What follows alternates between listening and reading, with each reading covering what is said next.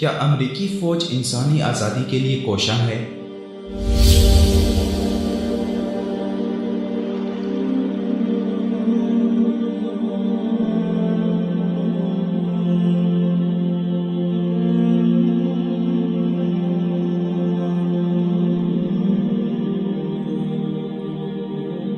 اس میں کوئی شک نہیں کہ وار آن ٹیرر نے اس کرۂ ارض کی بڑی آبادی کو تہس نہس کر کے رکھ دیا ہے۔ 21ویں صدی کی یہ جنگ سمارٹ بموں، صفائی سے نشانہ لینے والے ڈرونز اور اسپیشل آپریشن ریڈارز کی مدد سے لڑی جا رہی ہے۔ بظاہر ہر چیز مربوط ہے، چند ممالک کی محدود تباہی کے بدلے غیر محدود طاقت اور کامیابی کا حصول ایک شاندار خواب لگتا ہے، مگر حقیقت میں یہ ایک ڈراؤنا خواب ہے جو آبادیوں اور انسانوں کو ملیامیٹ کر کے زمین کو ملبے میں بدل رہا ہے۔ افغانستان کے کھنڈرات سے لے کر عراق اور پھر شام، یمن، لیبیا، نائجیریا اور صومالیہ کے کھنڈرات تک کا سفر انتہائی خوفناک ہے، جبکہ اس میں کسی بھی ملک کا تعلق 9/11 سے نہیں تھا۔ امریکہ کو غرور ہے کہ اس کے پاس ہائی ٹیک فوج ہے جو کہ اس زمین کی تاریخ میں اس سے قبل کسی بھی ملک یا قوم کے پاس نہیں رہی۔ یہ وہ فوج ہے جو امریکی صدر کے الفاظ میں انسانی آزادی کے حصول کے لیے کوشاں سب سے عظیم طاقت ہے۔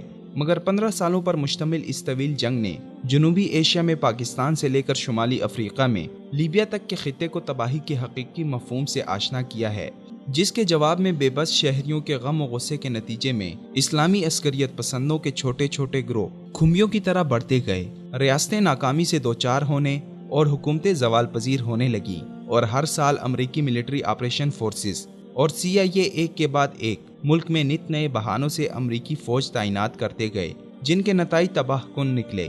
9/11 کے بعد بننے والی تینوں امریکی حکومتیں صورتحال کے اصل ادراک میں ناکام رہیں۔ حال ہی میں عراق کے دوسرے بڑے شہر موصل کو 9 ماہ کی لڑائی کے بعد آزاد کروایا گیا، جو کہ دوسری جنگ عظیم کی اسٹالن گراڈ کی لڑائی سے زیادہ طویل تھی۔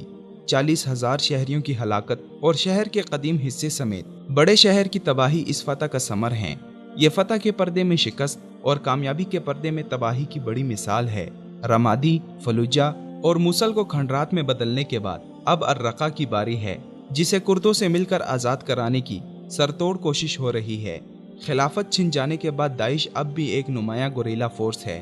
ادھر کرد بھی ایک خود مختار ریاست کے خواب کی تکمیل میں مصروف ہیں، جبکہ شیعہ ایران کی سرپرستی میں اپنی گیم جاری رکھے ہوئے ہیں۔ ایسے میں عراق ایک ناکام ریاست ثابت ہوگا، جس کا الزام سراسر امریکہ کو دیا جا سکتا ہے، جس نے اپنے عزائم کی تکمیل کی خاطر صدام حسین کی پائیدار حکومت کو زوال پذیر کیا۔ مگر عراق کی ناکامی امریکہ کے لیے خوشخبری ہے، اسی لیے ٹرمپ کانگریس پر شام و عراق میں نئی عارضی فوجی بیسز کی تعمیر کی اجازت کے لیے دباؤ ڈال رہا ہے۔ امریکہ پرانی پالیسیوں پر گامزن ہے۔ ٹرمپ انتظامیہ نے اپنے دور حکومت کے آغاز میں ہی افغانستان میں نئے فوجی دستوں کی تعیناتی اور فضائی طاقت بڑھانے کا فیصلہ کیا، اور پہلی بار افغان زمین پر سب سے بڑا نان نیوکلیئر بم استعمال کیا۔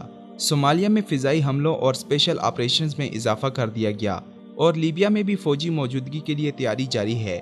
امریکہ عراق اور ارد گرد کے علاقوں میں امریکی فوج کی کارروائیوں اور فضائی حملوں میں تیزی لا رہا ہے، اسی لیے عراق و شام میں اسپیشل امریکی آپریٹرز اور دوسرے افسران بڑی تعداد میں بھیجے گئے۔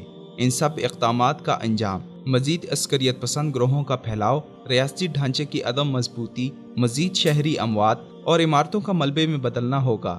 مگر امریکہ اس کے لیے تیار ہے، کیونکہ اس کا توسیع پسندی کا جنون انسان دوستی، رحم دلی اور شفقت کے جذبات سے ناشنا ہے۔